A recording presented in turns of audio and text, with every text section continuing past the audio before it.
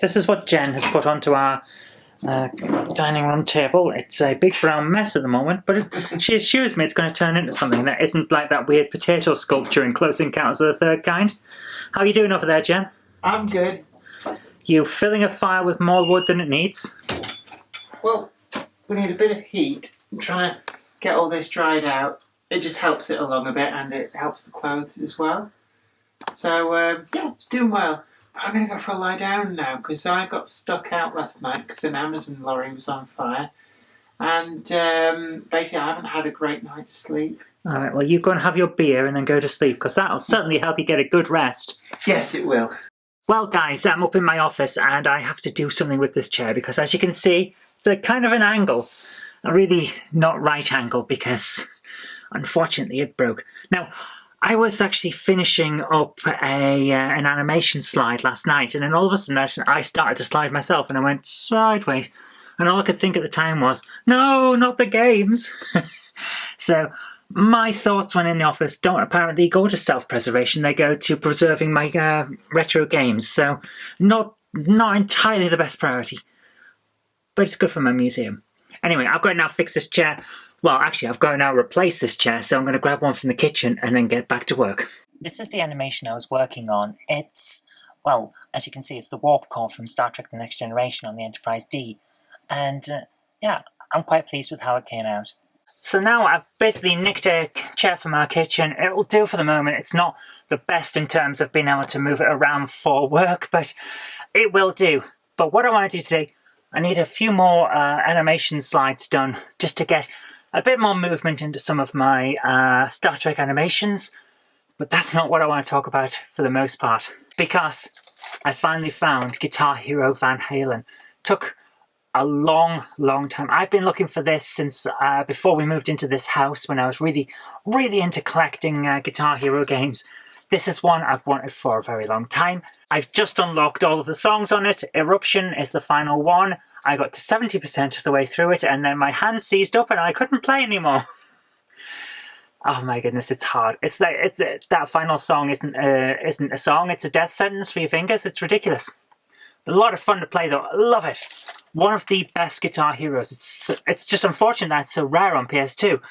That took me years to get, but hey, finally got it in great condition. I'll show you. It actually came when I bought it second-hand, packaged in this little sleeve, so I'm not the only one who does that. Great condition case. Everything's here. Excellent condition. Loving playing it. Absolutely loving playing it.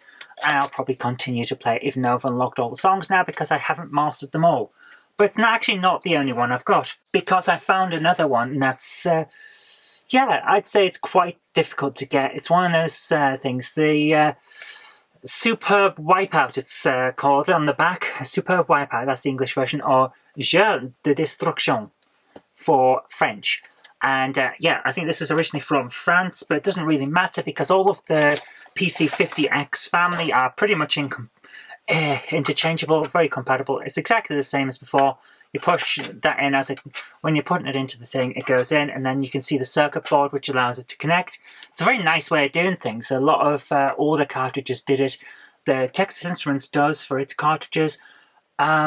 It's pretty much the Atari that stops, I think. Although actually, now I'm trying to remember. It's been a long time since I saw an Atari cartridge in the flesh. I'll have to have a look at that. I don't have one yet, so the Atari 2600 is on my radar to get one of, because what museum will be complete without an Atari? But then the Nintendo, the Mega Drive, all them, they didn't do it, did they? So yeah, that's one of the reasons why these ones work a bit better, and you don't have to try and clean the connectors quite as much as you do with a NES or anything like that. It's actually a really good game. There's Breakout on here, and then variants on Breakouts, 1-player and 2-player. These ones are weird. You have to try and hit as many dots as you can with a ball before the other person hits the ball, at which point it goes back and it changes colour and they start getting points instead. It's really good. It's very competitive and a lot of fun. This is, so far, the best cartridge for the 52X? No, the PC50X. I'm thinking Sega 32X. I don't know what these holes are in the thing. Are they air holes or what? I don't know. It's in a few of the cartridges though. Not Car Race GP, but I think it's in the other one. Who knows? It just seems to be a difference. But this is Out of the 3 that I've got, this is probably my favourite so far. Really glad I picked that up. But that's all I've got for pickups at the moment. I do have a few more games on order that I'm waiting on. Cheap ones, you know, just trying to fill out the collection with some hard to get, but actually rather cheap ones to get. I've got to get back on now trying to get some more of these slides done for animation work. So it's going to be one of those days. Let's get back to it. This project is taking a lot longer than I'd hoped. But then again, I'm used to just bulldozing through at warp speed. If you like today's video, please consider supporting me on Patreon. Doing that really does help to keep the channel going.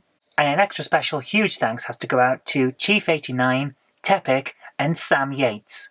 Thank you very much.